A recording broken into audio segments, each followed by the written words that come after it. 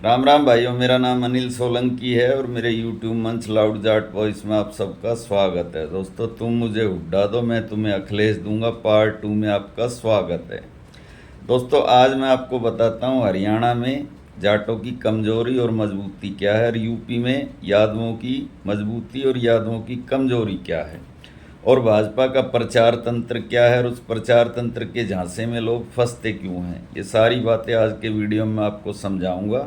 आप वीडियो को अगर ध्यान से देखेंगे, बीच में नहीं छोड़ेंगे तो। दोस्तों, सबसे पहली बात तो ये है कि हरियाणा 1966 में बना और आज हम 2026 में हैं। तो इस लंबे समय के अंदर अगर आप नज़र दौड़ाएं तो हरियाणा के अंदर नॉन जाट चीफ मिनिस्टर ज़्यादा बने हैं। पंडित भगवत दयाल शर्मा 1, राव वीरेंद्र 2, बनारसी दास गुप्ता 3, भजन लाल 4, इसके अलावा नायब सिंह सैनी साहब 5 और मनोहर लाल खट्टर 6। और जाट 5 ही बने हैं, चौधरी देवीलाल चौधरी, बंसीलाल चौधरी, ओम प्रकाश चौटाला चौधरी, भूपेंद्र हुड्डा और चौधरी हुकम सिंह। लेकिन ऐसा प्रचार तंत्र ऐसा है जो ये दिखा देता है कि यहाँ पे सारा कब्जा जाटों का ही रहा है जब से हरियाणा बना है, और सारी मलाई जाट ही खा गए। ऐसे ही यूपी के अंदर 3 ही यादव मुख्यमंत्री बने, राम नरेश, मुलायम और अखिलेश। लेकिन ऐसा दिखा दिया जाता है कि यूपी में सब कुछ यादवों के ही कब्जे में आ गया था और सारी मलाई यादव ही खा गए थे। आज अखिलेश चुनाव क्यों हार जाते हैं? क्योंकि जो और पिछड़ी जातियां अखिलेश के साथ थी या मुलायम सिंह के साथ थी, उनको ये समझा दिया गया है कि सपा जो पार्टी है वो पिछड़ों की नहीं है, खाली यादवों की पार्टी है। दोस्तों, हरियाणा और उत्तर प्रदेश के पड़ोस में उत्तराखंड और हिमाचल हैं। मैंने पहले भी बताया था, हिमाचल के अंदर 1952 से 2026 तक एक पंडित शांता कुमार को छोड़ दे तो सारे मुख्यमंत्री राजपूत बने हैं। और दोस्तों, उत्तराखंड जब से अस्तित्व में आया तब से राजपूत और ब्राह्मण ही वहाँ मुख्यमंत्री बने हैं और वहाँ पर 50% आबादी दलित, पिछड़ों, आदिवासियों और अल्पसंख्यकों की है। लेकिन उनकी आवाज़ न कांग्रेस उठाती है और ना ही बीजेपी उठाती है और वहाँ पे क्षेत्रीय दल कोई है ही नहीं। उन लोगों ने अपनी नियति समझ ली है कि हमको इन्हीं जाति का मुख्यमंत्री बनाना है और हमको बस अपनी मजदूरी करनी है, कमाना और खाना है। इसलिए वहाँ कोई सामाजिक न्याय की बात नहीं होती है, ना वहाँ परिवारवाद की बात होती है और ना ही वहाँ पे जातिवाद की बात होती है। बात सारी कहाँ होती है? हरियाणा, उत्तर प्रदेश और पंजाब के अंदर। खैर, अब मैं आपको हरियाणा और यूपी का समीकरण समझा देता हूँ कि हरियाणा की जो जाटों की राजनीति है उसकी ताकत क्या है और कमजोरी क्या है। ऐसे ही यूपी के अंदर भी यादवों की ताकत और कमजोरी आपको दोनों समझा देता हूँ। दोस्तों, हरियाणा के अंदर 46 सीटों का बहुमत बनता है। 90 में से 46 ही सीटों पर जाट डोमिन करते हैं। लेकिन कमजोरी उनकी ये है कि बीजेपी चुनाव के टाइम पर बहुत सारे निर्दलीय जाट उम्मीदवार खड़े कर देती है, उनको पैसा भी देती है, फंडिंग भी देती है। तो दोस्तों, ये चुनाव लड़ने का ग्लैमर ऐसा होता है कि आदमी सोचता है कि मैं चुनाव लड़ूंगा, 4 लोग मेरे को जानेंगे, मैं जीतूं या हारूं, और पैसा बीजेपी दे ही रही है। तो वो खड़े हो जाते हैं और एक एक सीट पर एक एक जाट उम्मीदवार 10,000, 12,000, 15,000, कहीं 30-35 हज़ार, कहीं 50,000 तक भी वोट लेके और कांग्रेस के उम्मीदवारों को हरवा देता है। तो मैं आपको ऐसी 46 सीटों के नाम भी बताऊंगा तथा ऐसी हरियाणा के अंदर 16 विधानसभा सीटें भी हैं दोस्तों, जहां 1966 से 2026 के बीच में कभी बीजेपी चुनाव नहीं जीत पाई। तथा अब जो 10 विधानसभा सीटें हिरवाल की ऐसी हैं जहां पे कांग्रेस चुनाव नहीं जीत पाती, उनके बारे में भी आपको बताऊंगा। तथा 46 विधानसभा हरियाणा में जो जाट बहुल हैं वो भी आपको बताऊंगा। सबसे पहले दोस्तों, मैं आपको वो विधानसभा सीटें बताता हूं जो बीजेपी की कमज़ोर कड़ी हैं, जिसे बीजेपी कभी नहीं जीत पाती। झज्जर जिले में झज्जर और बेरी, रोहतक जिले में महम और गढ़ी, सांपला, किलोई, सिरसा जिले में सिरसा, एलनाबाद, रानिया, डबवाली और कलावली, हिसार जिले में उकलाना, जींद जिले में झुलाना, सोनीपत में बड़ौदा और फरीदाबाद में पिरथला। दोस्तों, ये सारी सीटें जाट बहुल हैं, ये बीजेपी आज तक नहीं जीत पाई है। और नूह जिले की 3 सीट है, पुनाना, नूह, फिरोजपुर, झिरका। इनको ये कहा जा सकता है कि ये मुसलमानों की सीट है, इसलिए इन पे बीजेपी हार जाती है। ऐसे ही दोस्तों अभी कांग्रेस की हार की वजह बनती हैं ये 10 सीटें जो अहिरवाल की सीटें हैं, पटौदी, बादशाहपुर, सोना, बावल, कोसली, रेवाड़ी, नांगल चौधरी, नारनौल, अटेली और महेंद्रगढ़। और दोस्तों हरियाणा के अंदर जो 46 विधानसभा सीटें हैं जहाँ पे जाटों की आबादी 30 से 50% के बीच में है, वो हैं गोहाना, टोहाना, उचाना, जुलाना, बेरी, गढ़ी सांपला, किलोई, लाडवा, असंध, डब्बाली, एलनाबाद, रानिया, तोशाम, बड़ौदा, बहादुरगढ़, कलायत, पानीपत ग्रामीण, गन्नौर, लोहारू, हथीन, बरवाला, बाडड़ा, दादरी, महम, पिरथला, कैथल, फतेहाबाद, सफीदो, नारनौंद, अम्बाला सिटी, राई, नलवा, गन्नौर, बादली, पेहोवा, समालखा, पलवल, इसराना, खरखोदा, आदमपुर, उकलाना, बरवाला, बदरा, भवानीखेड़ा, कलानौर, होडल और झज्जर। तो ये 46 विधानसभा सीटें हैं दोस्तों। अगर इस पे जाट एक तरफा वोटिंग करें तो हरियाणा में कांग्रेस की सरकार बनने से कोई रोक नहीं सकता है। अब दोस्तों बात करेंगे उत्तर प्रदेश की राजनीति की। उत्तर प्रदेश के अंदर दोस्तों अखिलेश यादव ने लोकसभा के चुनाव में बीजेपी को हरा दिया। 37 सीटें समाजवादी पार्टी ने जीती और 6 कांग्रेस ने, यानी 43 सीटें अखिलेश ने जीती। और अखिलेश का जो वोटिंग जितने परसेंट वोट अखिलेश यादव लेते हैं विधानसभा चुनाव में भी और लोकसभा चुनाव में भी, इतना कभी नेताजी मुलायम सिंह यादव को भी नहीं मिलता था, फिर भी वो चुनाव नहीं जीत पाते हैं। अभी विधानसभा आएगी, अगले साल विधानसभा का चुनाव होगा, अखिलेश अच्छा चुनाव लड़ेंगे लेकिन बहुमत के नज़दीक नहीं पहुंच पाएंगे। उसकी वजह दोस्तों पश्चिमी उत्तर प्रदेश है, क्योंकि यहाँ के जो जाट मतदाता हैं ये समाजवादी पार्टी को वोट नहीं देते हैं, जैसे हरियाणा के यादव नहीं देते कांग्रेस को।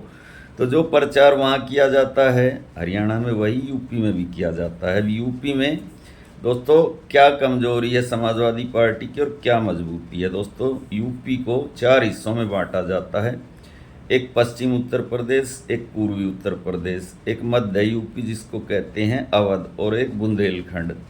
तो दोस्तों यादवों की आबादी इन चारों इलाकों में कितनी है दोस्तों। यादव जो ज़िले हैं वो पूर्वी उत्तर प्रदेश जिसको पूर्वांचल कहते हैं उसमें यादवों की 15% आबादी है, तथा पूर्वांचल में जो यादवों के ज़िले हैं आजमगढ़, गोरखपुर, जौनपुर, गाजीपुर, बलिया, देवरिया, कुशीनगर, संत कबीर नगर, मऊ और बस्ती, यानी पूर्वांचल के 10 जिलों में यादव हैं, 15% इनकी आबादी है। ऐसे ही मध्य यूपी जिसको अवध कहते हैं वहाँ पर 7 जिलों में यादव हैं तथा यहाँ पर यादवों की आबादी 10% है। लखनऊ, बाराबंकी, उन्नाव, रायबरेली, सुल्तानपुर, अयोध्या और गोंडा।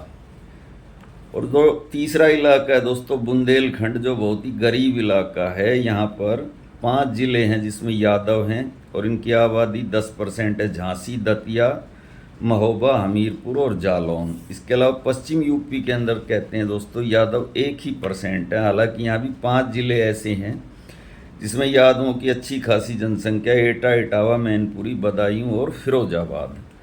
तो ये तो दोस्तों हुई यादवों की आबादी और यादवों के ज़िले। अब यादवों की सीटें कितनी है वो भी मैं आपको आगे बताऊंगा।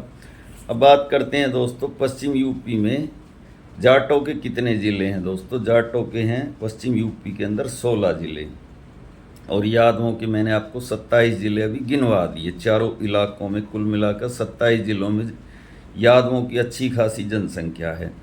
तो जाटों के जो 16 ज़िले हैं उसको 2 हिस्सों में बांटा जा सकता है, एक गन्ना बेल्ट, एक आलू बेल्ट। तो गन्ना बेल्ट में दोस्तों मुजफ्फरनगर के अंदर 20% जाट, बागपत में 45%, शामली में 30%, मेरठ में 10%, हापुड़ में 15%, सहारनपुर में 8%, बिजनौर में 22%, अमरोहा में 9%, गाज़ियाबाद में 8%, मुरादाबाद में 7% और बुलंदशहर में जाट 15%। और आलू बेल्ट में मथुरा में 48%, आगरा में 15%, अलीगढ़ में 30%, हाथरस में 23% और फिरोजाबाद में 10% जाट आबादी है।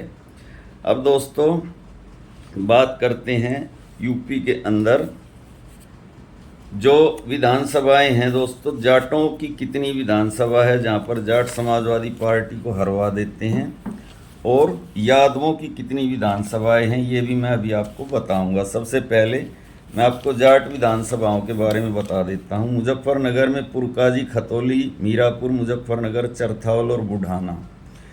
बागपत जिले में बागपत, बड़ौत और छपरौली। शामली जिले में कैराना, थाना भवन और शामली। इसके अलावा हापुड़ में दोस्तों गढ़ मुक्तेश्वर और धौलाना। सहारनपुर में नकुड़, बेहट, गंगो, अनूप शहर और शिकारपुर। बिजनौर में चांदपुर, नूरपुर, बढ़ापुर, धामपुर और बिजनौर। अमरोहा में हसनपुर और धनौरा। गाजियाबाद में मोदीनगर और मुरादनगर। इसके अलावा बुलंदशहर में शाना, अनूप शहर, शिकारपुर, सिकंदराबाद। मथुरा में माठ, बलदेव, गोवर्धन और छाता। और आगरा में फतेहपुर सीकरी, खैरागढ़, एतमादपुर। अलीगढ़ में खैर, इगलास, बरौली और अतरौली। इसके अलावा हाथरस में सादाबाद और फिरोजाबाद में जसराना और सिकोहाबाद। तो ये 54 विधानसभाएं हैं दोस्तों, जिन पे कि जाटों की आबादी है। किसी पे 20%, किसी पे 30%, किसी पे 40% और कहीं कहीं पे 50% भी कह सकते हैं। उत्तर प्रदेश के अंदर भी दोस्तों, वैसे तो उत्तर प्रदेश में तकरीबन दोस्तों ऐसी विधानसभाएं 80 से 100 के बीच में है, जहाँ पर यादव फैक्टर बहुत ताकतवर है। लेकिन मेरे पास अभी केवल 48 सीटों के बारे में ही जानकारी है, जो मैं आपको बता देता हूँ।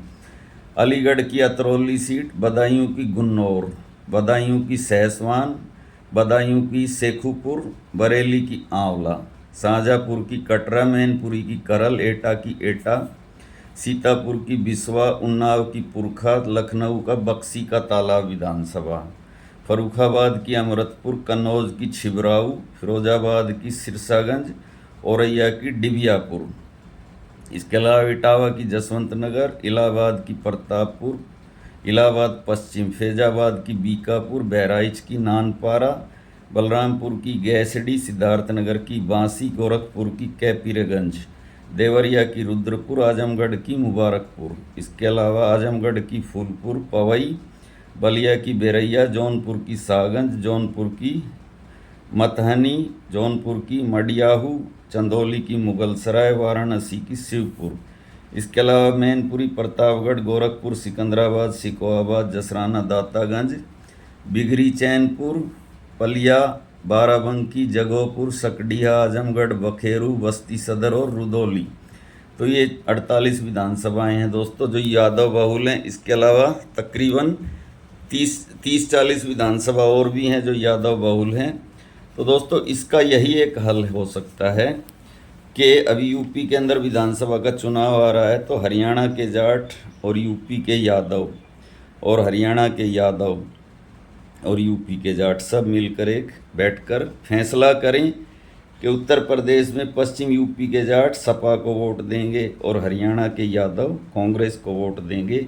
नहीं तो इस बंदरों के झगड़े में बिल्ली ऐसे ही सारी मलाई खाती रहेगी और ऐसे ही बीजेपी के समर्थक यूपी के यादवों और हरियाणा के जाटों को चिढ़ाते रहेंगे कि तुम्हारी कभी सरकार नहीं बनेगी, तुम कभी भी सत्ता में नहीं आ पाओगे।